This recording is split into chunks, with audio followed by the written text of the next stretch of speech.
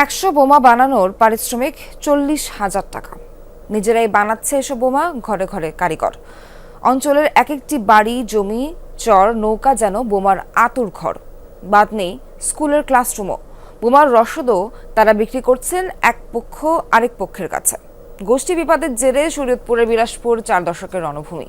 কোথা থেকে মিলছে বোমার রসদ, দ্বন্দ্বের কারণ আর কি সহকর্মী আকলাক সাফা ও এস এম শাকিলের সরজমিন অনুসন্ধান। ছবি তুলেছেন ইসমাইল হোসেন জনি।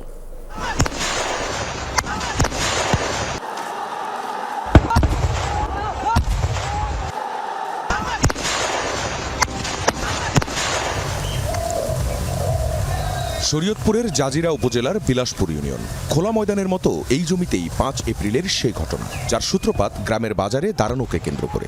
একে অপরের উপর বোমা মারছে একই গ্রামের মানুষ। এটা কোনো বিচ্ছিন্ন ঘটনা নয়। বিলাসপুরে আধিপত্যের এই লড়াই চলছে 41 বছর ধরে। শুধু বোমার আঘাতে এ যাবৎ প্রাণ গেছে 8 জনের। গেল বছরের 27 মার্চ এমনই এক সংঘর্ষে বোমার আঘাতে প্রাণ যায় 25 বছর বয়সী সজীবের। মায়ের কান্নায় এখনো ভারী আশপাশ। আমার বাবার পেটের মধ্যে তো 37টা তারকাটা বাইর করছে, আর 11টা তারকাটা আমার বাবার পেটের মধ্যে আছিল। 15 রোজার দিন রাত্রে বম লাগলো, 22 রোজার দিন রাত্রে আমার বাবার দুনিয়ার বিদায় হয়ে গেল। 1 মাস না যেতেই এপ্রিলের 24 তারিখ আরেক সংঘর্ষে প্রাণ যায় স্কুল ছাত্র সৈকতের। বোমার আঘাতে লুটিয়ে পড়েছিল ছেলেটি, পরে হাসপাতালে প্রাণ যায় তার। আমার বাবা আমার সারা জীবন কাঁদতে দিয়ে গেছে গো। সৈকত মারা যাওয়ার পরও তার বাড়িতে হয় বোমা হামলা। একটা বোম্বা যাকে ছিন্ন ভিন্ন করে আলাইছে।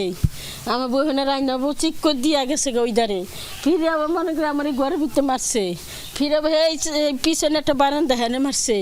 আমি আসলে এখানে খারইয়া। কত মানুষ আছে এরকম এই যে আপনাদের? প্রতিপক্ষের বোমার আঘাতে এ যাবৎ আহত হাজারের উপর। স্থায়ী অঙ্গহানি, বোমায় উড়ে গেছে হাত বা পা, এমন সংখ্যা শতাধিক। আমার হাতটা চলে গেছে, কিন্তু আমার ওখানে আরেকজনের আমি একটা হাত দেখলে আমার খুব কষ্ট হয়। আমার বাচ্চা কাচ্চা নিয়ে খাওয়া দাওয়া করতে, কাম কাজ করতে অনেকটাই কষ্ট হয়। 1-1.5 লোক নিয়ে আসছিল, আসার পরে উনি হাতে বম ছিল, ওই বম মারছে, মারার পরে আমার এই পিছনে লাগছে। লাগার পরে আমি পড়ে গেছি, পড়ে যাওয়ার পরে এলোপাথারি বম মারছে। পরে আমি ওই পর অবস্থা হাত দিয়ে ফিরেছি, হাতে আমার বমলে হাত উড়ে গেছে সাথে সাথে।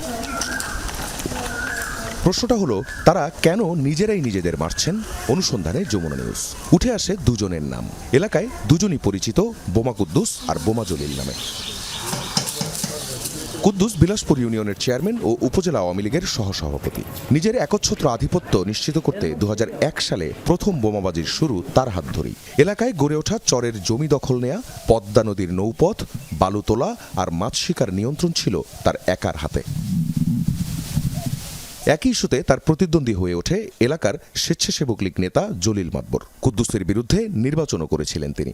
বছরের পর বছর ধরে চলা তাদের এই যুদ্ধের অন্যতম হাতিয়ার হয়ে ওঠে হাতবোমা। সবশেষ পরিস্থিতিটা এমন যে কুদ্দুসের কাছ থেকেই বোমা কিনে তার সাথে যুদ্ধে নামে জলিলের সমর্থকরা।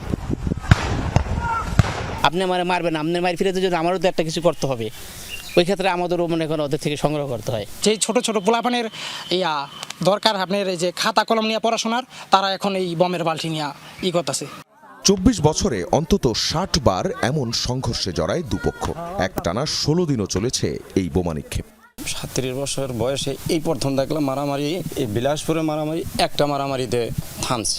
ওই যে 5 এপ্রিল যেটা হইল, হ্যাঁ, পিছনে দেখছি একটা না 9 মাস 7 মাস 8 মাস মারামারি হয়েছে।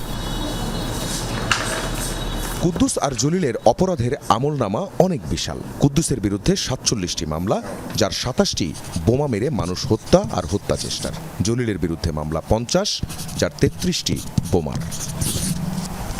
দ্বন্দ্বের শুরুটা মূলত 1984 সাল থেকে ইউনিয়ন পরিষদ নির্বাচনের প্রার্থিতার জায়গা থেকে।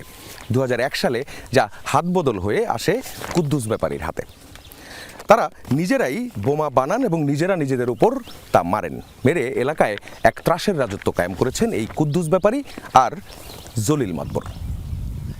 পুরোটা সময় তাদেরকে শেল্টার দিয়ে এসেছেন এলাকার দুজন সাবেক সংসদ সদস্য। এখন এলাকার একটা অংশ বলছেন জলিল মাতবর জেলে থাকলে তারা ভালো থাকেন, আরেকটা অংশ বলছেন কুদ্দুস ব্যাপারী জেলে থাকলে তারা ভালো থাকেন। পিছনে সাবেক এমপি ছিল মোজাম্মেল ভূঁইয়া, ইকবাল হোসেনের কাগজপত্র চাই, তারা এইসব কাজ করছে। একটা এমপি পারে না যে এলাকার মাইল খেজা থামাইতে, এমপি আরও মাইল লাগাই রাখছে। কুদ্দুস ব্যাপারী আর জলিল মাতবর দুজনই এখন জেলে। শুনবো জাজিরা থানার ওসির কথা। মূল অপরাধী তারা তো পলিটিক্যাল গভর্নমেন্টের সাথে কোনো জড়িত, তারা তো পদ হোল্ড করে, তারা ওই সময়ে তারা কর্মতার অপব্যবহার করেছে। এ বোমা বানায় কারা? উত্তর, দুপক্ষের প্রায় সবাই। ঘরে ঘরে জানা বোমা বানানোর কৌশল। বহু অনুরোধ করে একজনকে রাজি করাই আমরা, তিনি বানিয়ে দেখান।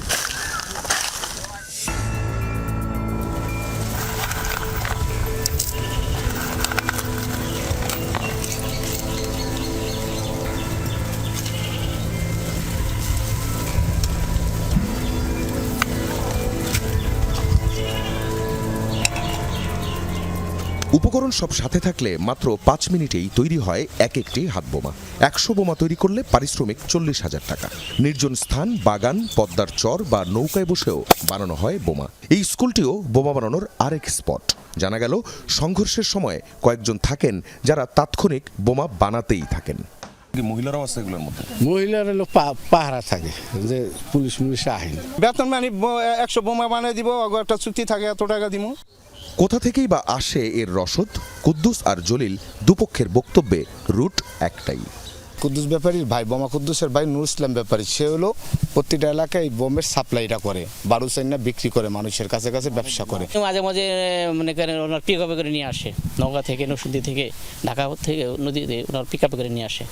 এসবের ভয়ে নিজ বাড়িতে থাকে না বিলাসপুরের বহু পরিবার। আহতদের অনেকেই পাল্টা মামলার আসামি হয়ে গ্রাম ছাড়া।